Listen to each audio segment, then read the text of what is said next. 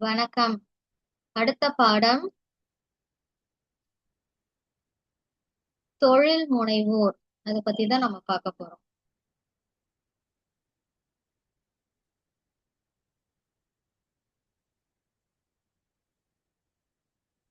சிறந்த தொழில் முனைவோர்கள். தொழில் முனைவோர் அப்படின்னாலே என்ன அர்த்தம்னா என்டர்பிரினர்ஸ் அப்படின்னு சொல்லுவாங்க. அதாவது இவங்க தனியா ஒரு நிறுவனத்தை, ஒரு ஆர்கனைசேஷன், சரிங்களா, ஒரு நிறுவனத்தை தொடங்கி நிறைய பேருக்கு வேலை வாய்ப்பு ஏற்படுத்துவாங்க. ஒரு நாட்டோட பொருளாதார வளர்ச்சிக்கு ரொம்ப உதவியா இருப்பாங்க. சரிங்களா. இவங்களால ஒரு நாட்டோட வளர்ச்சி அதிகமா இருக்கும்.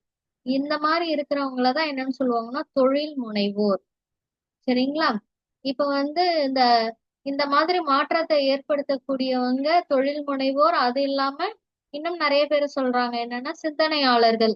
அதாவது சோசியல் திங்கர்ஸ், அதாவது சமூக நலத்திற்காக எப்பவுமே சிந்தனை செஞ்சு அதுக்கேத்த வழிமுறைகளை உருவாக்குறவங்க. அடுத்து தத்துவ ஞானிகள், பிலாசபர்ஸ் சொல்லுவாங்க இல்லையா, அவங்க. அடுத்து அரசியல் தலைவர்கள், பொலிட்டிஷியன். இப்ப தொழில் அதிபர்கள், அவங்க தொழில் முனைவோர். சரிங்களா. அடுத்த விஞ்ஞானிகள், சயின்டிஸ்ட். இப்படி எல்லாருமே என்ன பண்றாங்கன்னா ஒரு நாட்டுல ஒரு புரட்சி, அதாவது ஒரு மாற்றத்தை ஏற்படுத்தக்கூடிய நிலையில இருக்கிறவங்க. சரிங்களா. அந்த மாதிரி மாற்றத்தை ஏற்படுத்தின ஒரு ரெண்டு பேரை பத்தி தான், அதுல அந்த தொழில் முனைவோர்கள் பத்தி தான் நம்ம பார்க்க போறோம். சரிங்களா. ஒருத்தங்க பேர் என்னன்னா ரத்தன் டாட்டா. சரிங்களா. ரத்தன் டாட்டா, இவரு ரத்தன் டாட்டா. இன்னொருத்தர் பேர் என்னன்னா பில்கேட்ஸ். சரிங்களா. ரத்தன் டாட்டா இந்தியாவை சேர்ந்தவர் தான். இவரு டாடா குரூப் ஆஃப் கம்பெனிஸ், இவங்க ஒரு குரூப் வச்சிருக்காங்க. இவங்க ஃபேமிலியோட அத குடும்ப தொழில் அது. சரிங்களா. அவங்க தனியாவே ஒரு பிசினஸ் பண்ணிட்டு இருக்காங்க. இவரு பில்கேட்ஸ், உங்க தெரியும், மைக்ரோசாஃப்ட் நிறுவனம், அதை இது உருவாக்குனவரே இவர்தான். சரிங்களா. இப்ப நம்ம பாக்குற கம்ப்யூட்டர், அதுல இருக்கிற சாஃப்ட்வேர் எல்லாமே இவங்க உருவாக்குனதுதான். சரிங்களா. பில்கேட்ஸ். இவங்க ரெண்டு பேரும் சந்திச்சு உரையாடுற மாதிரி இந்த பாடப்பகுதி இருக்கு. சரிங்களா. எங்க சந்திக்கிறாங்க அப்படின்னா தொழில் முனைவோர்கள் மாநாடு. சரிங்களா. தொழில் முனைவோர் மாநாடு, மாநாடுன்னா அது ஒரு கான்ஃபரன்ஸ். சரிங்களா. இவங்க என்டர்பிரினர்ஸ் எல்லாம் சேர்ந்து ஒரு கேதரிங் பண்ணி ஒரு பண்ற இடமா ஒரு கான்ஃபரன்ஸ் நடத்துறாங்க. சரிங்களா.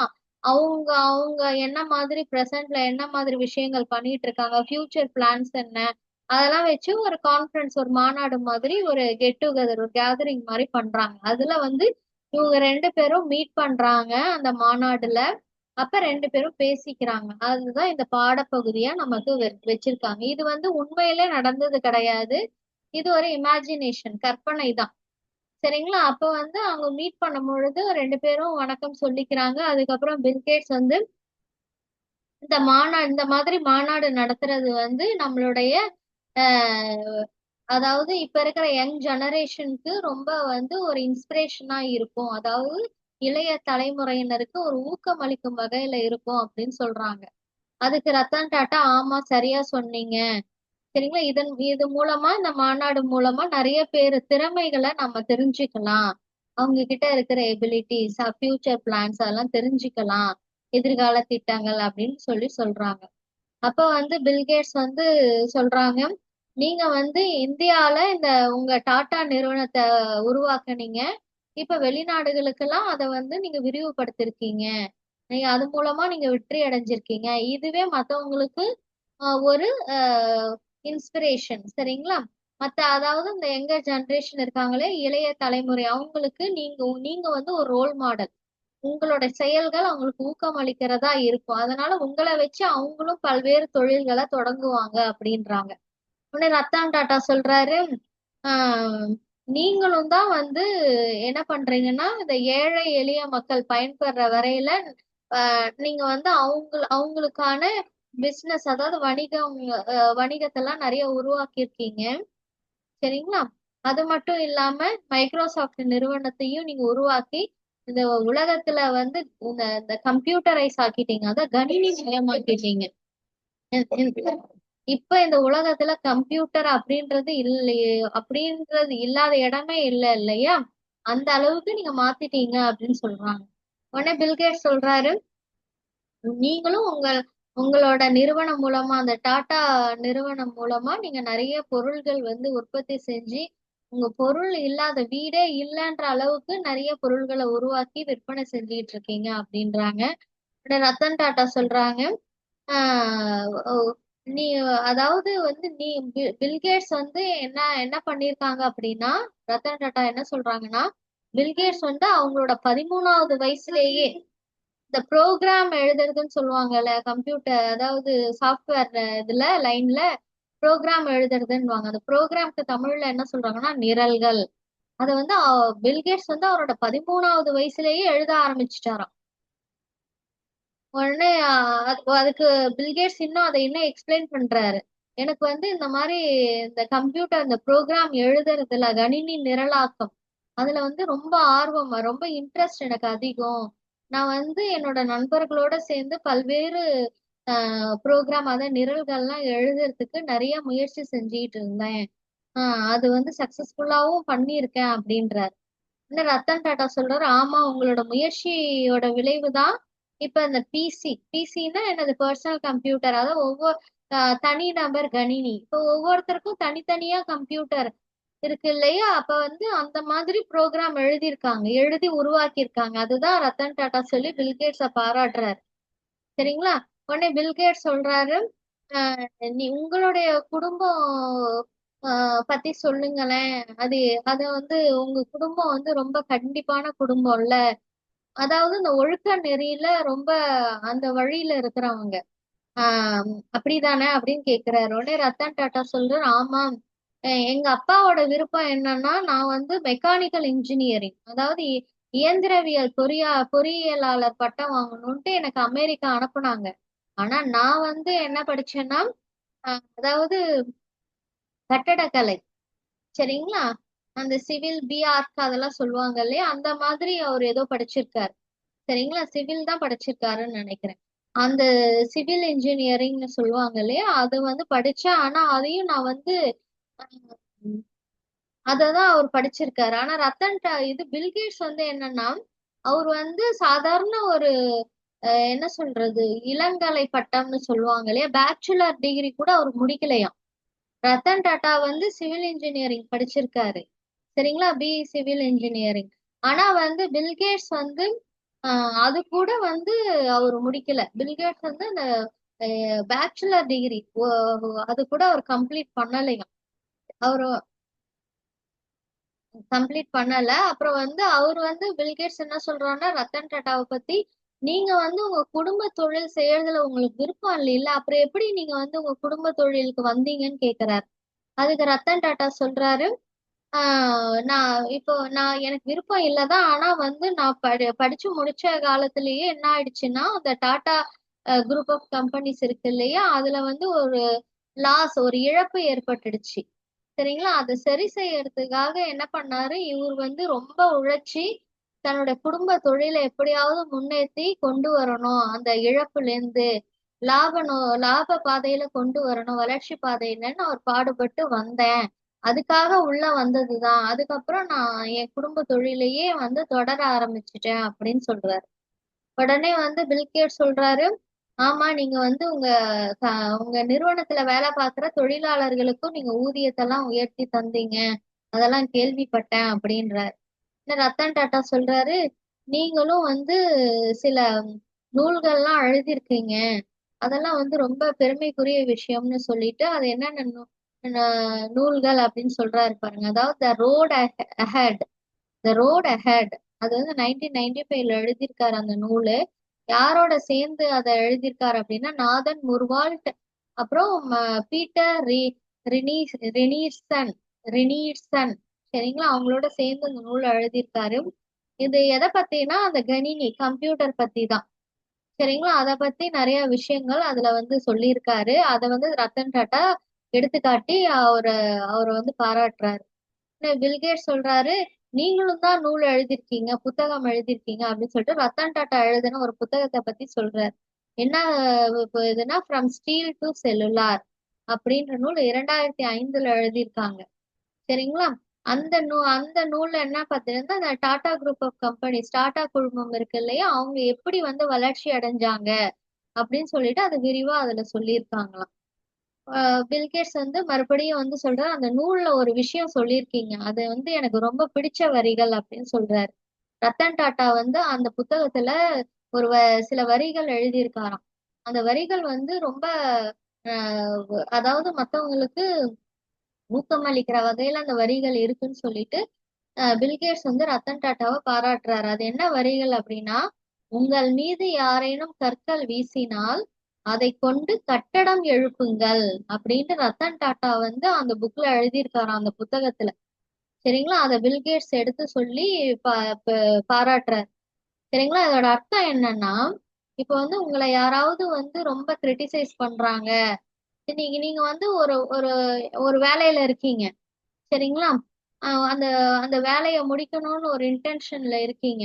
இல்ல நீங்க ஒரு ஒரு உங்களுக்குன்னு ஒரு ரூல்ஸ், ஒரு பாதை, ஒரு நெறிய வகுத்துக்கிட்டு போயிட்டு இருக்கீங்க.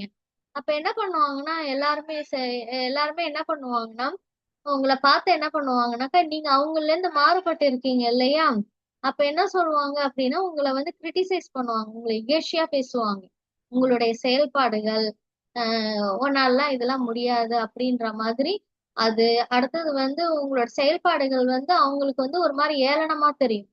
சரிங்களா, அந்த மாதிரி ஒரு சூழ்நிலையில யாராவது உங்களை இகழ்ந்து பேசினாலோ கிரிட்டிசைஸ் பண்ணாலோ நீங்க என்ன பண்ணக்கூடாது, அதுக்காக என்ன பண்ணக்கூடாதுன்னா துன்பப்பட்டு வருத்தப்படக்கூடாது. சரிங்களா, வருத்தப்படாம நீங்க என்ன பண்ணணும்னா, அதுக்கு பதில் அவங்க எந்த விஷயத்துக்காக நம்மளை கிரிட்டிசைஸ் பண்றாங்க அப்படின்னு சொல்லிட்டு, அப்ப அதுல அதுல உங்களுக்கு என்ன மாதிரி விஷயங்கள் வந்து தேவைப்படுது, உங்களை நீங்க எந்த மாதிரி அந்த விஷயங்கள் மூலமா மாத்திக்கிறது அப்படின்னு சொல்லிட்டு அதுல இருந்து ஒரு பாசிட்டிவ் இதை எடுத்துக்கிட்டு நீங்க என்ன பண்ணணும், நீங்க உங்க பாதையில அடுத்தடுத்த ஸ்டெப்பு போய் முன்னேறணும். சரிங்களா, அதுதான் வந்து இங்க சொல்றாங்க. யாராவது உங்களை இகழ்ந்தாலோ கிரிட்டிசைஸ் பண்ணாலோ அவங்க சொல்லக்கூடிய அந்த வார்த்தைகள்ல என்ன மாதிரி விஷயங்கள் இருக்குன்னு ஆராய்ஞ்சு அந்த அந்த வார்த்தைகள் அவங்களே வெட்கப்படுற அளவுக்கு நீங்க என்ன பண்ணணும், அந்த வார்த்தைகளையே பயன்படுத்தி நீங்க அத வந்து உங்க பாதையில வந்து ஒரு படியா நினைச்சு அது மேல ஏறி நீங்க போயிட்டே இருக்கணும் அப்படின்னு சொல்றாங்க. சரிங்களா, இப்ப வந்து அதுதான் இந்த அர்த்தம். சரிங்க, இப்ப ஒரு கல்லு வீசுறாங்க, நீங்க என்ன பண்ணணும், அந்த கல்லெல்லாம் சேகரிச்சு வச்சுக்கணும். சேகரிச்சு வச்சுக்கிட்டு அதை என்ன பண்ணணும், நீங்க ஒரு வீடாவே அது ஒரு கட்டடமாவே நீங்க பில்டிங்காவே கட்டிடலாம். சரிங்களா, அந்த கல்லெல்லாம் நீங்க என்ன பண்ணணும், சேகரிச்சு வச்சுக்கணும். சேகரிச்சு வச்சு அதை நீங்க ஒரு ஷேப் பண்ணி அவங்களே அசந்து போற அளவுக்கு அது ஒரு கட்டடமா உருவாக்கணும். அப்படிதான் நீங்க எழுந்திருச்சு நிக்கணும் அப்படின்னு சொல்லிட்டு துன்பப்பட்டு உட்கார கூடாது.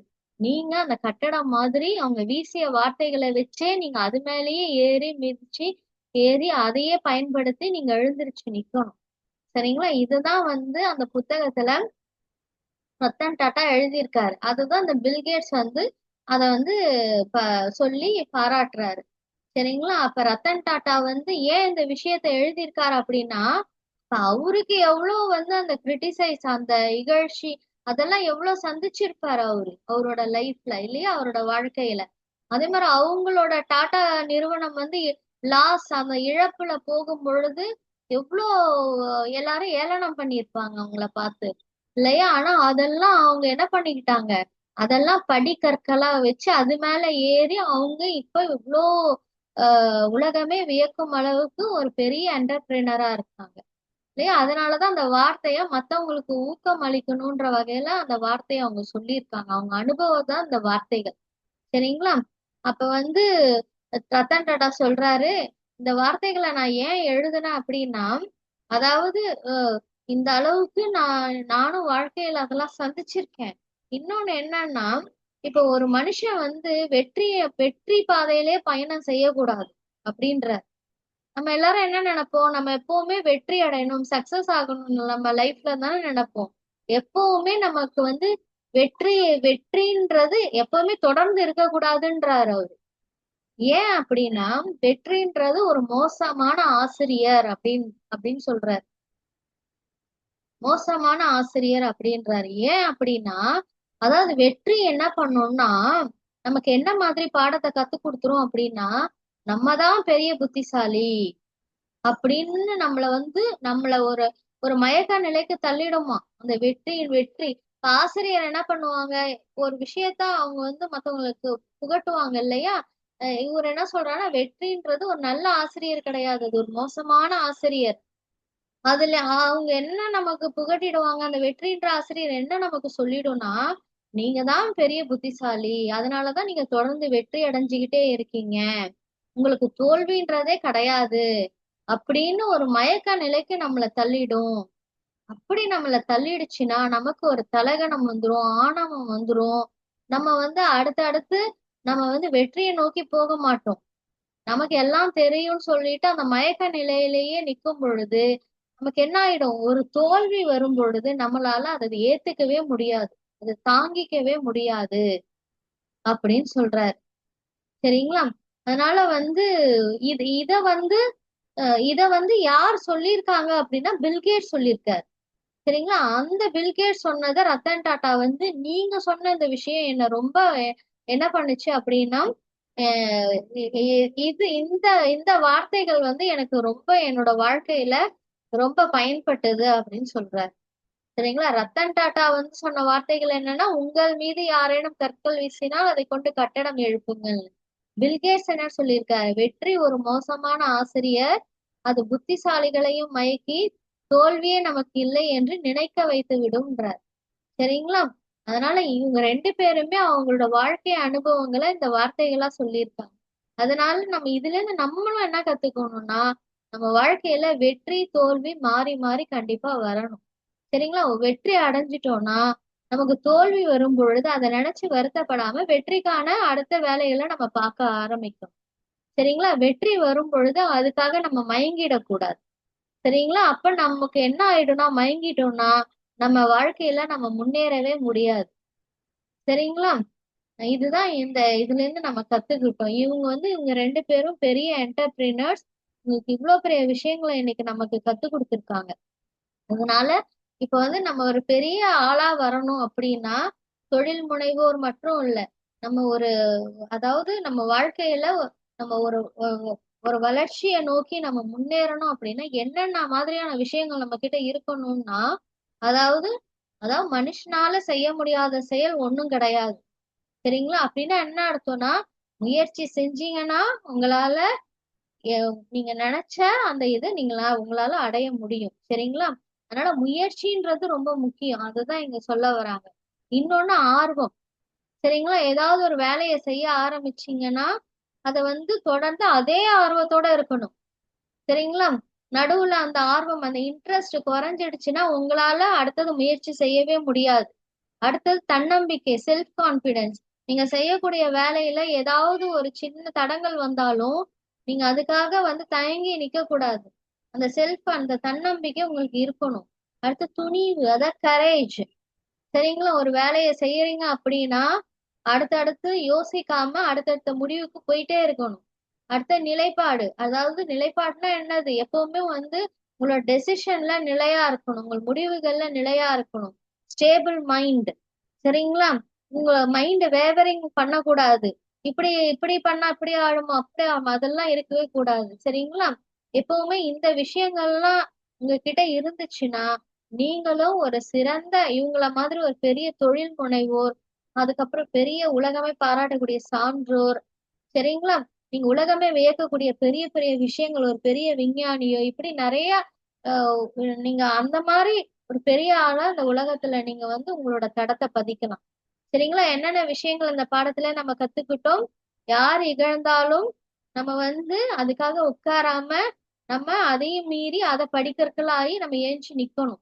அடுத்தது வெற்றி வந்துருச்சுன்னா அதுக்காக மயங்கி உட்காரக்கூடாது. வெற்றி தோல்வி சகஜம்னு நம்ம வாழ்க்கையில போயிட்டு இருக்கணும். அடுத்தது முயற்சி. சரிங்களா? முயற்சி இருந்தா நம்மளால முடியாதது ஒண்ணும் இல்லை. அதனால முயற்சி. சரிங்களா? ஒரு வேலையை எடுத்தா அதே தொடக்கத்துல என்ன ஆர்வத்தோட செஞ்சோமோ அதே ஆர்வத்தோட கடைசி வரைக்கும் இருக்கணும். அடுத்தது தன்னம்பிக்கை இருக்கணும், துணிவு இருக்கணும், நிலைப்பாடு இருக்கும். இதெல்லாம் இருந்துச்சுன்னா நீங்க ஒரு சிறந்த மனிதரா, சிறந்த தொழில் முனைவோரா, சிறந்த விஞ்ஞானியோ, இல்ல நீங்க என்னவா ஆகணும்னு நினைக்கிறீங்களோ அது நிச்சயமா இந்த உலகமே வியக்கிற அளவுக்கு உங்களால செய்ய முடியும். இதுதான் அந்த பாடத்துல இருந்து நம்ம கத்துக்கிட்டோம். தேங்க்யூ.